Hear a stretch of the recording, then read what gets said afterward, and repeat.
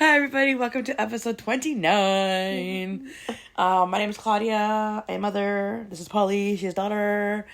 I don't know if I'll ever stop introducing ourselves, even though you have heard 29 episodes of us. So, yeah. Welcome. Sorry, 2? Huh? Our podcast, Maughter Podcast. Our podcast, Maughter Podcast. First, I want to say thanks for all your guys' comments and stuff like that and feedback. We got our hater comments on there, so shout out to you. No, just kidding. I'm gonna go oot and a boot right now. Yeah. So, apparently we sound really Canadian. Are we not Canadian? I know, but we don't hear our accents as Canadians. I don't have an accent. I have an accent when I speak Spanish. Some cat hears our accent. Some cat. I've been told that from Chilean people, like from family, they're like, oh my goodness, you have a really strong Canadian accent. Then I speak to Chile. And then you're like, what are you talking about? Well, and I'll speak Spanish and they're like, oh, you can tell you have a really hard Chilean accent. I'm like, I can't win. It's either a Canadian accent or a Chilean accent. Either way, I don't hear it, so... But yeah. I was laughing because we went to the park a bit ago with all the kids, and there was this guy we met there, and he ended up speaking Spanish. Obviously, he wasn't Spanish-born, but he learned the language through his wife. He's just really white. Yeah, he's very Canadian, and but he spoke it well, enough for me very much to understand. And I was talking to him, and I said something, and he's like, I'm sorry, what? In English, he says to me, I'm like, oh, I'm sorry, I speak really fast Spanish, I said. And imagine, like, just someone that is Spanish-speaking, like one of Maria's friends' moms. She's Canadian as well, and she's like, I'm trying to pick up your guy whenever you talk, but you talk too fast. And I'm like, yeah, I know, you should be winning. I can understand everyone. Right? English or Spanish. Anyways, so I was talking to Carla, and she had mentioned why we don't do a thing about... Hold on, ready? About a boot. Sorry, that's Killer Kids. But Polly had mentioned that she thinks that we have covered that. So we're going to go back and see if we have, because I'm pretty sure we haven't, but Polly said she's pretty sure we have. So we're just going to double check and see. I'm pretty sure we went through a list. I'm pretty sure we didn't, but we'll have to see and confirm that. I'm pretty sure you're wrong. Shut up. What are you doing? I'm just getting adjusted here because I was kind of like sinking and whatnot. Yeah, if we haven't, then we could definitely do that, right?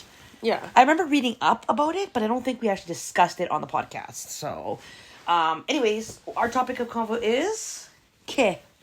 Ellen Greenberg.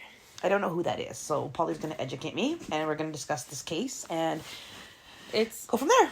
It's a case that they don't know whether it's suicide or murder. Okay. So, we're going to go through the background, okay, and then the theories about murder, and then the theories about suicide. And then give our input and see what we think? Yeah. Okay, cool beans. Based on all the evidence. On the evidence. And then you guys can tell us what you think. Yeah, let us know what you think, what you guys are leaning towards. All right, let's do this. Ready? The shindig. So it's the background. Yeah. Ellen Greenberg was a 27-year-old first grader in Philadelphia. She was engaged to her fiancé, Sam Greenberg. If they're engaged, why do they have the same last name? Anyway... On January 26, 2011, Sam discovered Ellen on the floor of their Philadelphia apartment with several stab wounds to the body. A serrated knife was found lodged 4 inches into her chest. An hour earlier, Sam had left the unit to go to a gym located in the apartment. When he returned, he claimed that the door was locked by a swing bar lock. Oh, so like the ones you would lock from the inside the apartment buildings? Oh, those little the ones? Okay. Preventing him from getting inside. He called, texted, and shouted for Ellen to open the door. Because someone was inside, obviously, right? For it to be shot like that. Yeah. He shouted for Ellen to open the door, but to no avail. He asked the apartment security guard to go help him break open the door, but the security guard refused this request. He can't just enter someone's apartment. Yeah. But if the owner or the renter or owner is right there, why can't they? Or the renter, why can't they? Because they don't... Maybe they don't know. I don't know. Like if he's not on the lease. It's just a security guard. If he's on the lease. Yeah, but what's a security guard going to do? Look up the lease? Oh, he should know. Can't. He should know his tenants. Anyway. Eventually, Sam broke in and found Ellen on the floor with multiple stab wounds. He told the 911 operator that she stabbed herself. He said that? Yeah. Okay. An autopsy showed that Ellen had been stabbed 20 times. 20? Yeah. First thing I'm thinking, How you're do not you- going to stab yourself 20 times. And if you do, can you survive 20 stab wounds? Oh, yeah. Oh my god. Like yourself, if Depends. you're doing it yourself? You'd probably go into shock. But Well, that's I don't what I know. mean. I don't know. Okay. 8 times in the chest, 10 times in the back of her neck, What? once in her abdomen, and once across her scalp. The manner of death was initially ruled a homicide. However, a report from neuropathologist concluded that one of the stab wounds to the back of Ellen's neck had hit the spinal cord, rendering her numb, allowing her to continue stabbing herself to death. Allowing her to? Yeah. So she hit an... Oh, so you can feel it? Yeah. Oh, got you. Okay. Where was I? Okay. As a result of the report, the medical examiner changed Ellen's cause of death from homicide to suicide, and the case was closed. Just like that. Yeah, right? Ellen's parents hired their own forensic pathologist who found that the stab wounds in question had penetrated Ellen's cranial cavity, which would have resulted in severe pain and rendered her in and out of consciousness, preventing her from stabbing herself 20 times. In 2019, Ellen's parents filed a civil suit against the Philadelphia Medical Examiner's Office and the pathologist who conducted the autopsy, seeking to have Ellen's official cause of death changed from suicide to homicide or undetermined. The case is still active. Okay. And they said, this is just a Reddit post, they've compiled some compelling facts and theories in the case to point either way. Okay. So this is the murder theory. The number of stab wounds, 20, and the location of the stab wounds, including 10 to the back of her back, make it highly likely that the manner of death was suicide. What? Wasn't suicide. Oh, was it? Sorry. Okay. I'm like, The stab wounds are overkill, which is often found in homicide cases where the perpetrator intimately knows the victim, known as a crime of passion. The stab wounds to the brain and spinal cord would have caused severe pain and injury, making it unlikely that she would have been able to ultimately stab herself in the heart. that's what I feel. That's what, yeah, I get that. A new technology called photogrammetry, a 3D recreation, shows that not all 20 stab wounds could have been self-inflicted. Another point. Ellen's right hand was gripping the knife in her chest, even though she was left-handed. Oh. Another point. Suicides rarely involve knives, and when they do, they're often slashes to the wrists or the throat to make it go fast, right? You wouldn't stab yourself. To torture yourself? The only time I've heard of people stabbing themselves was Asian culture where they do it. I can't remember what it's called. Anyway, it's like I can't remember what it's called, but they do it to themselves, but they do it in their stomach. Okay. Anyway, where was I? Okay, when they do, they're often slashes to the wrist or throat, not multiple painful stab wounds throughout the body. In such suicides, the victim will often remove his or her clothing. It is very unusual for victims to stab themselves through clothing. The blood spatter showed downward cast-off, which is inconsistent with Ellen being on the floor stabbing herself. Downward cast-off is more consistent with someone standing over her and stabbing her, right? Yeah. According to police reports, Ellen's body was found sitting on the floor with her head and upper body resting against the kitchen counters, which is inconsistent with how Sam described her in the 911 call. Do you think he maybe moved her? Maybe. But there would be, obviously, evidence of her being moved, right? Yeah, I guess. If there's that many stab wounds, there's going to be that much blood.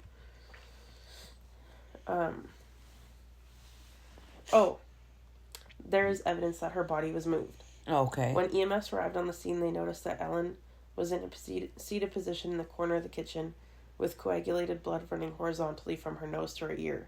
So she was laying down. To the side. So it was going, yeah. Huh. So she was laying down, and then he must have propped her up. That's weird that you would do that. Yeah. Just knowing that you could cause something. I can understand thinking that the person is still alive, trying to get them up in a panic. I guess, yeah, that's true. Yeah. Or to do some kind of CPR, but that should be on the ground anyway. CPR is down flat, yeah. There is an indication that another knife was used in Ellen's death, which is never found. But it says this is unconfirmed. Ellen had defensive wounds on her wrists that were overlooked in the initial autopsy.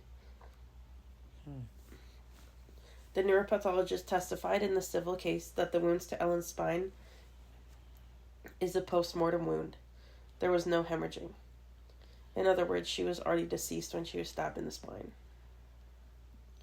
The stab wounds to the brain and spinal cord would have caused severe pain and injury, making it unlikely that she had been able to ultimately lodge the knife into her chest. Sorry, did they say if she was stabbed first in the stomach or the back or the head first, or no? They don't know? I don't know. Okay. The relative lack of blood in the crime scene photo in the kitchen suggests that most of the wounds were inflicted after she was deceased. Because your blood isn't spattering if your heart isn't pumping the blood, right? Yeah. So something must have killed her, and then they just kept stabbing her. Yeah. This is the homicide version, right? Right. Dr. Wayne Ross, a specialist in forensic and neuropathology, re-examined Greenberg's death and found evidence of manual strangulation that was initially overlooked. This could explain the relative lack of defensive wounds you'd expect from a homicide of this nature. Yeah. Ellen was found clutching a white bath towel in her left hand that was not bloody. This may have been used to clean off any trace evidence like fingerprints. But she was holding it. That's weird. Yeah. There were fresh blueberries and a cut orange on the kitchen counter.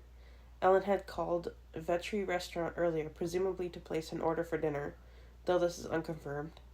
She had spoken to her mother earlier in the day that she had made plans for the future. There was no indication that she was suicidal. There was no suicide note. While spontaneous suicide is possible, these facts suggest that she was not imminently planning to take her life. Sam's 911 call is very unusual, not only due to Sam's affect and behavior, example, laughing when asked by the operator if the knife is still in her chest, but also because he noticed the knife in Ellen's chest after he was asked to do CPR, when he claimed to be unzipping her jacket. It is unclear why he hadn't noticed it earlier, unless he was some distance away from the body when he called 911, contrary to his statements.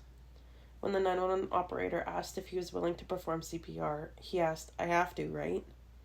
What? His statements about a lack of an intruder, even though he could not have been certain about the times, police only confirmed the lack of a shoe print on the balcony sometime later. What? The only confirmed... Okay, I guess there was a shoe print on the balcony, diverting the attention away from homicide and towards suicide. I don't understand that sentence, but whatever. Opportunity. If the matter of death is homicide, Sam is the only one with an opportunity to commit Ellen's murder. He was the last one to see her alive. Her last text was sent at 3:47 p.m., and her last activity on her computer was 6:46 p.m. Sam left to go to the gym 4:46 p.m. Sam left to go to the gym at 4:50 p.m., which would have given him sufficient time to murder Ellen, stage the scene, and dispose of any evidence. The one part missing from the murder theory is motive. Establishing motive is not required, however, motive is often a powerful element in a murder case. Ellen had bruising on her body with various stages of healing. Conversations with her friends and family in the weeks and months leading up to her death suggest that something was on her mind, but she did not seem inclined to talk about it. She told her father that she wanted to move back to Harrisburg from Philadelphia, which seemed out of the ordinary for someone with a secure teaching job and who was engaged to be married. This prompted her father to recommend that she seek a psychiatrist. This is admittedly speculative, but it is possible that she was in an abusive relationship. Yeah, I was going to say, yeah. She may have called off the wedding and told Sam that she wanted to end the relationship. She may have taken off her engagement ring shortly thereafter, which is why it was on the table. This prompted a violent, rage-fueled murder. But if she was cutting fruit and stuff like that, she could have taken that off too, right? Yeah. Who knows, right? Yeah. The swing bar lock. Sam claims that when he returned to the apartment, the door was locked with that swing lock. Yeah. And after about half an hour, he forced his way in. If true, this would be one of the strongest pieces of evidence in favor of the suicide theory. However, no one witnessed Sam break into the door. Sam asked the apartment's security guard to help him break the door, but the security guard said no. Photos show a metal door with a slinging latch above the regular exterior door lock. The latch has minor damage that is inconsistent with someone pushing in to get the door. Or pushing on the door to get in. Yeah. If Sam had forced his way in, we would expect at least one of them to be completely broken off, right? Yeah, exactly. There were no cameras in the hallway. I was going to say, were there cameras at the gym, like when you go down kind of thing? Probably not. Yeah, it is also not impossible for an individual to latch the door from the outside. Yeah. Right? If you set it up in a way, you could, like, pull it closed, right? Yeah. Okay, so that's the homicide theory. Okay. This is the suicide theory. Ellen was on medication for anxiety and was seeking a psychiatrist. She reported stress with her job as a primary school teacher. She specifically denied any stress in her relationship and denied that her fiancé Sam was abusive towards her. There is no evidence that Ellen was malingering in her consultations with the psychiatrist. On December 18th, 2010, Ellen's computer revealed a search for suffocation and suicide methods. On January 10th, 2011, a few weeks before her death, her computer revealed searches for quick death. She also opened an article on euthanasia and browsed websites about painless suicide. Although her death was more violent than her searches would suggest, they indicate that suicide was on her mind before the death. Yeah, that sounds like it. But a smart murderer who's a partner would search those things. I was going to say, yeah. Ellen's computer activity indicates that she was on her computer at 4:46. Sam left the apartment at 4:50. He left the gym at 5:27. He was last seen on video surveillance at 6:28. He called 911 at 6:31. The timeline suggests that he could not have murdered Ellen since he only left 4 minutes after her last computer activity and called 911 shortly after discovering her body. And when did they put the time of death? I don't know about time of death, but, you know, in between that hour and a half. Yeah. But he could have killed her before that happened, been on her computer. Yeah. To stage it, right? I'd be interested to see what the time of death was. Because that would put a little bit more into perspective, right? Yeah, where specifically he was.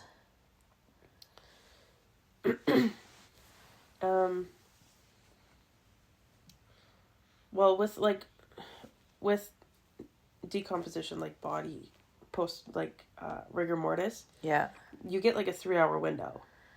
So she could have died within those 3 hours. Got you.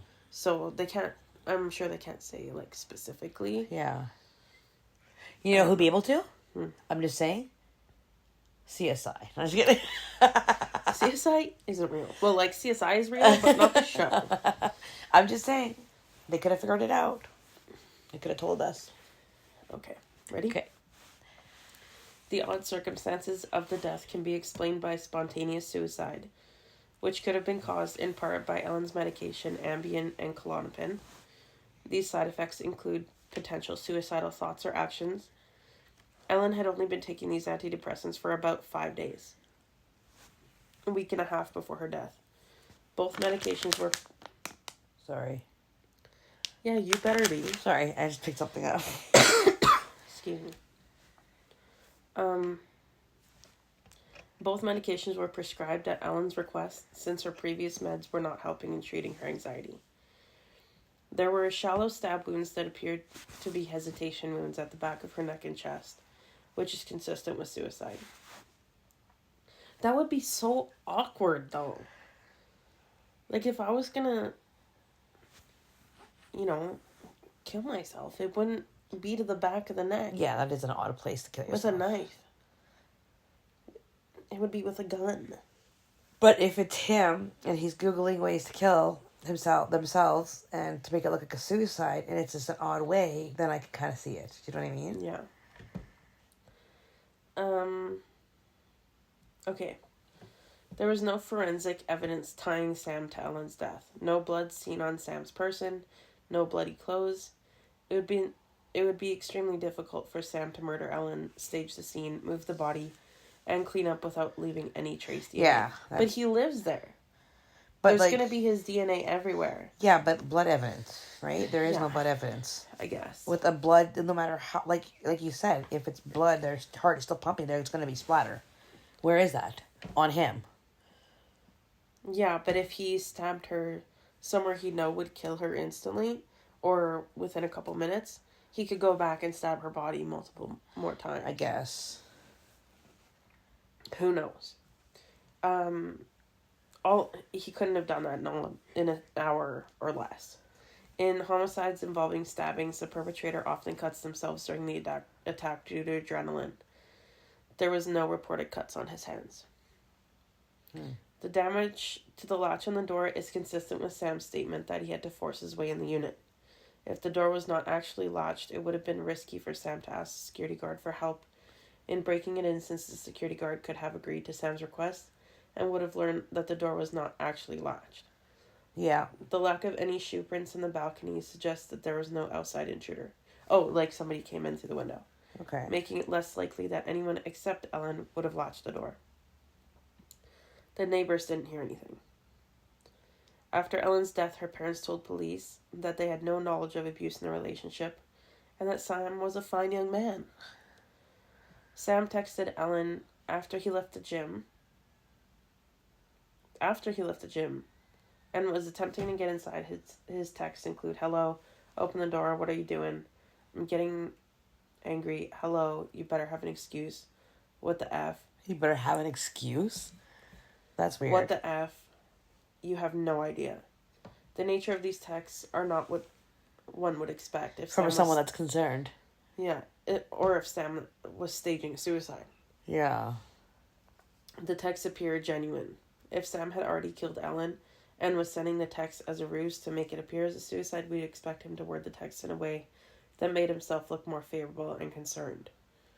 Because he'd be like, "Are you okay?" Yeah, where are you? I'm trying to message you. Not like you're, Not like, "Let me in." Yeah. What the hell?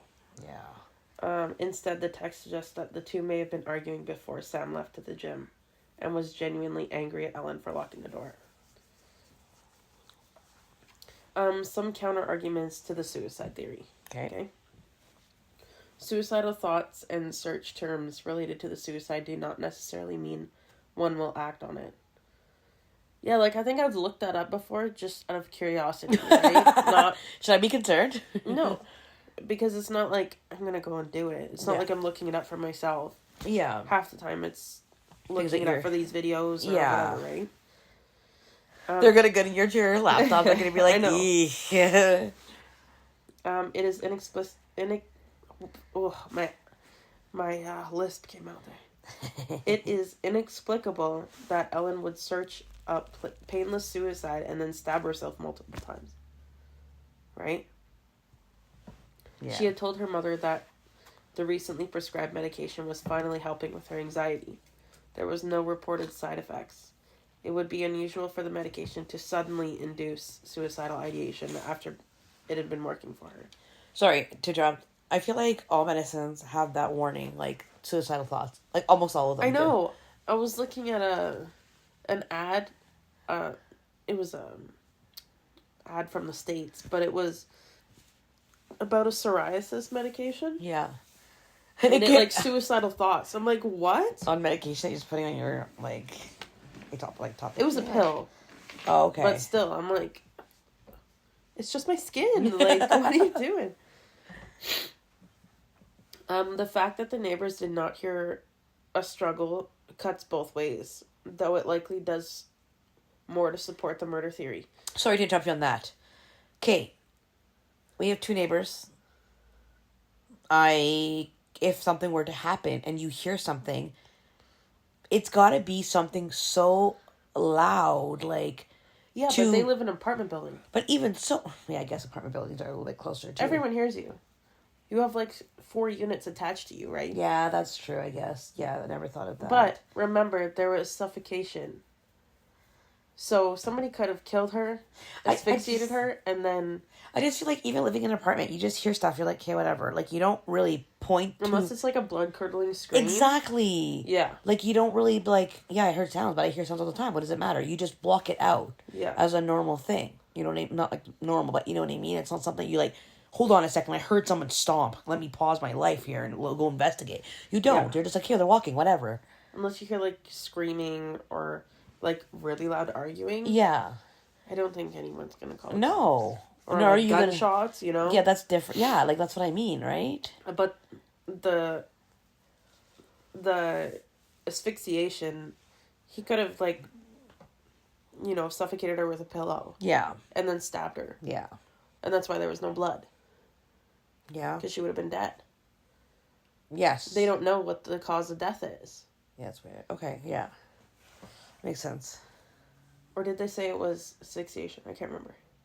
The fact that neighbors, did not hear anything, though it likely does support the murder theory. If Ellen had inflicted the 20 stab wounds to herself, we would expect neighbors to report screams and cries of pain. Because you're going to be in pain with that. Yeah. However, the lack of screams under the murder theory could be explained by a surprise attack and a stab wound to the spine that instantly paralyzed her. Yeah. Thus, she would not have an opportunity to scream. The absence of evidence is not evidence of absence. In other words, the fact that there is little to no forensic evidence tying Sam to the stabbing could be explained by the use of gloves and disposal of, evidence. Sam went to the gym. Presumably, there was a shower in the gym. He could have done it naked and taken a shower, right? But they can, get that stuff from the shower. They can test the water, like the ribs, because you can't get everything out. In the gym. I don't know. In the gym, regardless. Like, if it was that time, you can just go to the gym and do that evidence. But it says Sam went to the gym. Presumably there was a shower in the gym, and he could have washed the blood away at that time, or in the apartment shortly after the murder. This is speculative, but it does not appear the police examined the bathroom. So there you go. How would you not? Sorry, CSI is kicking in right now. You grab a little thingy, you dip it in there, scrub it around, you put your little droplet thingies, and it tells you if there's blood or not. Just saying. It's simple. You just spray it on. You use a black light. Yeah. That's it. Oh, yeah. I don't know what you're doing. Because they rub it on. Like, let's say it's like the little sink tabby thing. I can't think. That's so tired right now. That's for fingerprints, though. No. They have the faucet. That's the drain. The drain. That's what it's called. Holy crap. You grab a little Q-tip thingy, and you rub it on. You put some drops on it, and if it turns like purple or whatever, there's blood. Yeah, but for a big area like that, you're not going to use a Q-tip. Yeah, but it's not a big area. It's a drain. That's all they need to know is where the blood went. Because if he's washing blood away, it'll spatter all over the... Regardless, if it's going down one way, the drain. Yeah. Right? You might as well just test the drain. If there's no blood, then okay. Then you know there's not going to be blood. Yeah, but any blood in a drain could be, okay, I had my period yesterday, and I took a shower. At a gym? Well, they didn't even check the shower. That's what I'm saying, though. House. Like, they could have checked the gym. They could have checked the house. Yeah. That was stupid on their part. Yes. If Ellen was strangled and then stabbed, we would not expect to have Sam...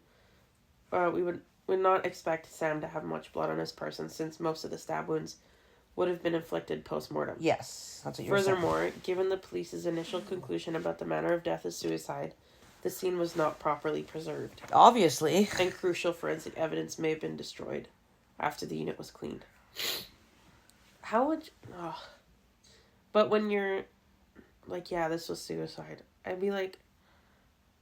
Is that the end of the article? There's one more thing. Okay, sorry. I just wanted to see if we can discuss it now.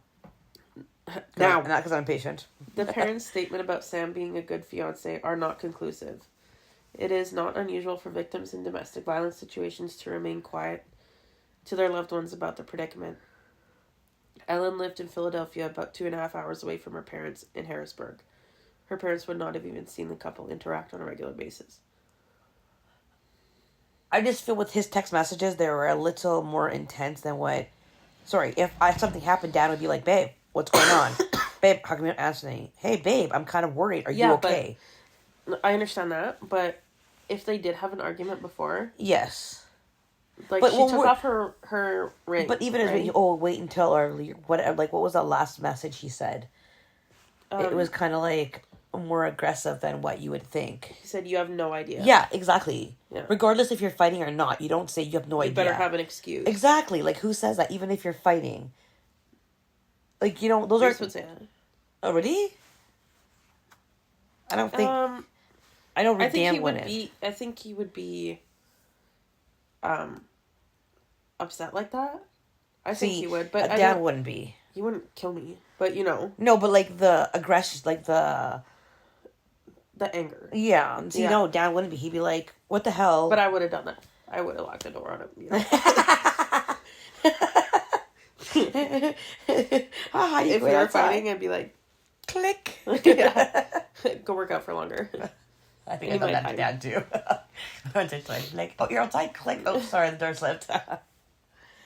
Okay, so interesting points for sure. I just really think the stab wounds to the back of her neck, that is not something I've ever heard of. Of a suicide weight. For suicide. That just doesn't make any sense. It just sounds excruciatingly painful. Yeah, and 10 to the back of her neck? That's insane. I don't even think I could... Well, I guess I could... I wonder how big the knife was. Like how... That's just awkward to even try and recreate. To even hold the big knife. Like, sorry, as I did that, there's a piece of hair hanging from my finger.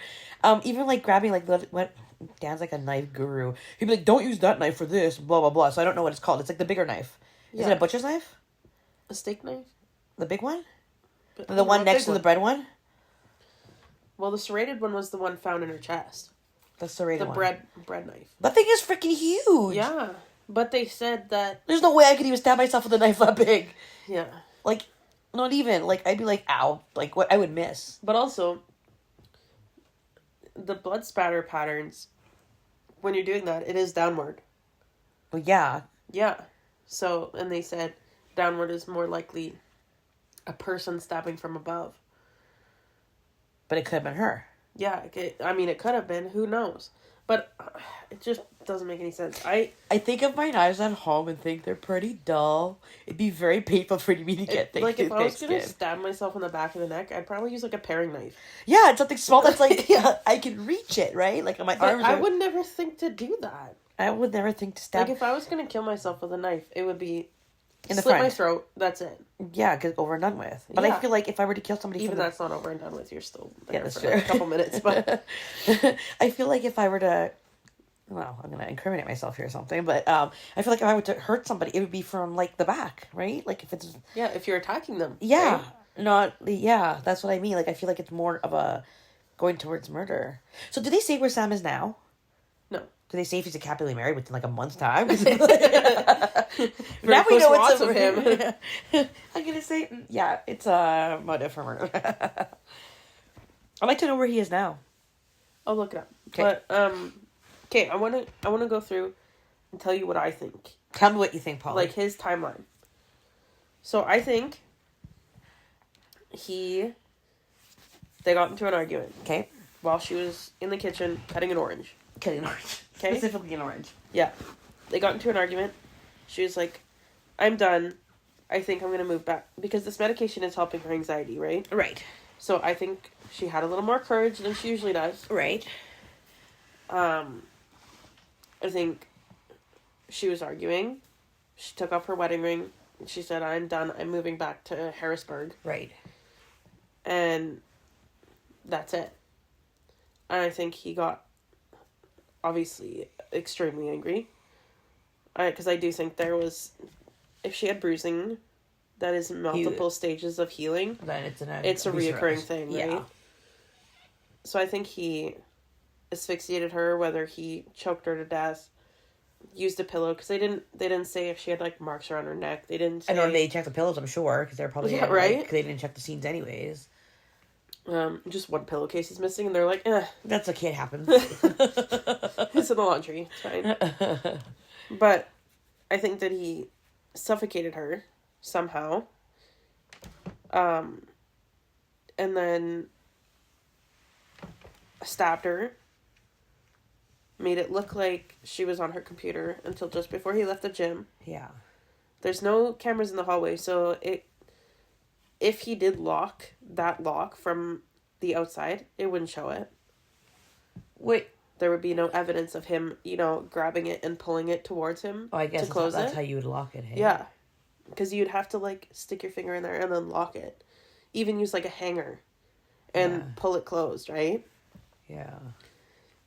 I think it was really planned out. Like, not like he planned to murder her, but I think he's just smart. And, he was looking at... Like, she could have been looking up those things the weeks before it happened because her medication was affecting her. Because she'd just been put on this new medication, right? Right. And during that week and a half span that she was on that medication, it didn't say that she had looked anything up. Yeah. Didn't say that she had any suicidal ideations or whatever. So, yeah, and I think that he did it. He staged it. Because the 911 call, like, who laughs when they're on...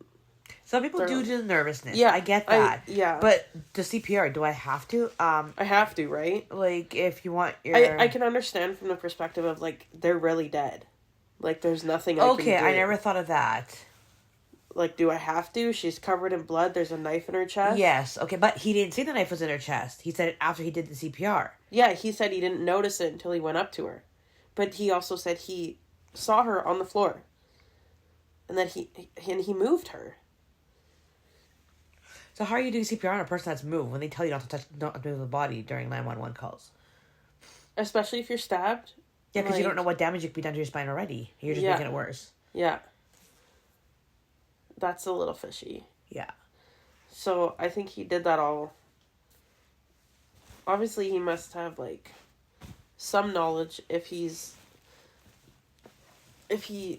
knew that blood flow would stop if she was already dead, right? Yeah. And, like, wearing gloves and stuff, that's, like, common stuff you have in your house. Gloves? Yeah, you don't have gloves you wash the dishes with? I have one. One for my bad hand. Exactly, so I have my eczema. My good hand. I have one, I think it's underneath the sink. But yeah, you have things like that. I'm thinking of, like, surgical gloves. Some people do. Well, I have those gloves because I do cakes, but, like... Well, see? Paul's like, you got all the equipment to kill people. You have bleach, That's all you need. I don't think I have bleach, actually. As I stock up tomorrow. No, just kidding. I don't... And then, and I think he was on her computer, sent the text, like, he said she talked to her mom at, like, 3:30 or 3:45. That day. Yeah. And then the last time she was on her computer was 4 something. Okay. That's an hour. So, she obviously had time, because medication was working, text mom and be like, hey, I'm feeling better, but I think... And they had their fight. I think I want to move back home. Yeah. I think her talking to her mom maybe solidified that. Yeah. I don't know what their conversation was, but that could have been her, I think I really need to end this. Yeah. Yeah. And he There probably was no hinted motive, at it, but that he knew that something was going to happen. Yeah. That they were ending. Yeah, I think he just snapped. I don't know, people just don't let people go. Like, you're breaking up, you're done. Why not just live your life and continue on? Let them live their life and continue on. People can't think in moments. All they see is red, right? Yes. People go crazy, or all they see is the woman they want to be with and not their entire family that they already have. Yeah. Right? I think... They think there's no other way out. Yeah. I think and feel that it is a murder as well. I don't think it was suicide. Just like what you said, use an example, like the knife. I thought it'd be just an excruciating way to die. I feel like... Especially if she was looking at painless ways to do it. Yeah. There's so many other... Especially if she had 2 different antidepressants, why not just swallow all your pills? Yeah, exactly. I don't know, I feel that it's just not possible, I feel like. It's possible, but it would be very, very difficult, period. Yeah. And I get the fact that you it, get the numbness, but like... Yeah, when they first saw it, they were like, homicide. And then they were like, wait, no. Actually... Yeah. Like, that doesn't make any sense. Most of the time, the easier answer is the answer. And I think that's the easier answer when somebody's stabbed in the back of the neck. Yeah. It doesn't make any sense. Like, it sucks that there's no evidence actually tying him to this. Because the lack of CCTV cameras, the lack of DNA evidence, The lack of their investigation. The lack of like the lack of their job in general, like period. Like they did nothing basically. They just assumed it's like, okay, it's a clean case, we're done. Yeah. And yeah. No, I think I'm leaning towards murder as well. I feel like the knives are just a little bit too hard to do. I think, she was just had enough and was going home, and he was not happy about that at all, obviously. I feel... Yeah. And I mean, someone like that, obviously she was close to her parents. She told her dad that she wanted to move back. She talked to her mom that day. Yeah. Why wouldn't she leave a suicide note? Was these suicide notes still exist in that aspect? Like... Yes. I feel like... I don't know. I feel... that they're not as common as they used to be, I guess. They are. Yeah. Yeah. Because there's things left unsaid, right? I guess. You want closure for your family. I guess. Before you do that. If you have family, right? Yeah. Obviously, these people that don't leave notes, I'm sure they felt very hopeless and like they had no one. Yeah. But I feel like she has that family and hope because she's been talking to her parents. Yeah, so why wouldn't she leave a note? Yeah. No, I think he is guilty of it. And he's slacking on his, setting up her computer. Should have left a note. Slacking on it. I want to know where he's at. Oh, yeah, I'll look it up. Sorry, so I just want to read some more of the 911 call. Okay. Because I have the whole transcript right here. Right. So, he forced the door open himself. Oh, his name's Goldberg, not Greenberg. Have you been calling it Greenberg this whole time? His name. Oh. Her name is Greenberg. His name is Goldberg. Well, that's weird. Okay. So, he called 911. He's initially unable to tell the operator where Ellen is bleeding from until the operator asks. Operator says she'll walk him through CPR if he's willing. Right. I have to, right? He asks. The operator then instructs Goldberg to lay Ellen on her back and take off her shirt. Goldberg, who noted that Ellen was already on her back, struggled. Her shirt won't come off. It's a zipper. Oh my God, she stabbed herself. Goldberg says, of the 10-inch serrated knife lodged 4 inches into her chest. She fell on a knife. I don't know. Her knife is sticking out. There's a knife sticking out of her heart. Oh, she stabbed herself? The operator asks. I guess so. I don't know. She fell on it. I don't know. The operator then tells him not to perform CPR and wait for police to arrive. Yeah. Huh. Why would you automatically think she fell on it? Like, I guess if you can't see any other stab wounds, but that's not the first thing I would think if somebody's laying on their back and there's a knife sticking out of their chest. I definitely would be thinking that. I can understand if they're falling on their forward, stomach, right? And like rolled over a little bit and they fell on it, but still. Yeah, I don't know. Okay, where is he now? Okay. Samuel Goldberg is currently married and has 2 kids. Oh. He and his family, his wife and his kids, live in New York. It's believed that Sam had no involvement in Ellen Greenberg's case, and that's why he was never arrested or charged. That's it. That's it. Yep. So he's happily married with kids now. Yeah.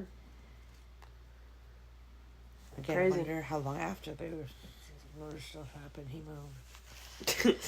I'm just curious, that's all. I'm just saying. I don't think it was something like that. I think it was the thought of losing her.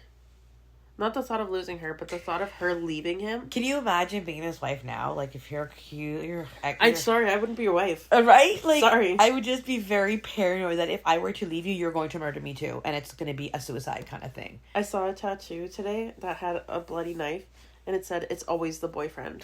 And I was like, I need that.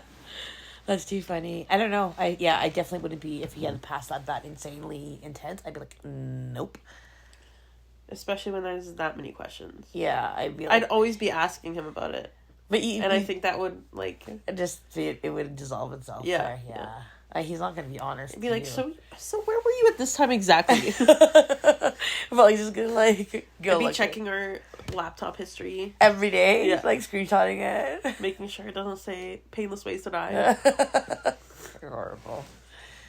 Yeah, no, I think it was murder. Probably thinks it's murder. You guys tell us what your thoughts are on this topic and let us know if you think it's a murder or suicide. It is a little bit off. It's very weird that they would change it that quickly. Yeah. That's different, yes. They didn't find out until they took her body to the medical examiner's office. They didn't know she had all those stab wounds. That's insane. It was because he couldn't get her shirt off, so they couldn't see anything underneath. That's weird. Can you imagine, like, finding out afterwards? If, let's say, he wasn't the murderer, can you imagine, be like, what? How did I not see those stab wounds? Yeah. Interesting. Okay, before we forget, we have to do our sound. Last week, our sound was... What the heck was Spits. Oh, yeah, biting into spits, like those seeds. Sunflower seeds. Sunflower seeds, yes. We're so used to calling them spits. We're going to double check, or we're going to see what sound we're going to do here for right now. I thought you had one. We have to pause it because we have to, like, do Okay, it. fine. What is it again? Oh, wait, don't say anything. Don't give the hint out just yet. Okay, here is the sound. Okay, we're going to do it one more time. Let us know what the sound is, and we will tell you guys next week if you're correct or not. Shout out to Ian and Carla. We'll let you know what we're doing next week. We'll check out the Killer Kids. And also, we should do Dahmer. I said we should do Dahmer this year. I thought we did that. You think a lot. Ian, did we do Killer Kids already? And did we do Dahmer? I'm pretty sure we touched on Dahmer, but very, very briefly. Because that was like... Why do you want to do Dahmer? I don't know. I saw something on him, and I was like, oh my god, I probably would love Dahmer. Yeah, I do love Dahmer, not in a weird way. But have to tell them that. You know. I was thinking of Richard Ramirez, too. But I think we might have done him. The Night Stalker? I don't think we have. We should, like, confirm these with Ian. Ian's, like, our most advent. Yeah, he probably takes notes. He takes notes. You know, he can hear us, stupid. Yeah. All right, you guys. We hope yourselves... Oh, my gosh. We hope yourselves. We hope you guys have yourself a great Friday. And have a good weekend. Don't forget to... Like, subscribe, comment, share. And also tell us what you think. If you think it was suicide or homicide. Because if you say it's suicide, you're wrong. No, they're entitled to their opinions. I'm just kidding, I guess. All right, you guys have yourself a great Friday. We will talk to you next week. Oh, hope you had a good Father's Day, by the way. Oh, yes, we hope your fathers and daddies out there had a good... Oh, my goodness, speaking of which, sorry. I was driving home from work, and this guy had his car, and he had a decal on it, and it said, Dad on the streets and Daddy in the sheets. Something Ew. like that. I kind of wanted to, like, just drive really fast just to see what he looked like, because I couldn't Probably see. some old man. And then it had, like, a wife stick. A woman. Right? It had a wife, like a woman figure, the dad figure, and 2 kids figure, and then it pointed to the woman and said position available. I couldn't stop. I so wish I had seen who the driver was. I really wanted to see, but he was way too far ahead. But yeah, anyways, I just thought of that because of Father's Day. Anyways, I hope you guys had a great Father's Day. Next weekend is Canada Day, no? Oh, no. Yeah. 29th is Saturday. Oh, okay, so almost Canada. So yeah, almost. Yeah. Well, we'll do the podcast. Yeah, because we're Canadian. We're Canadian, eh? I can't even do that Canadian thingy. All right, you guys, have yourself a great Friday. We will chat with you next week. And thanks for listening. Okay, bye. Bye.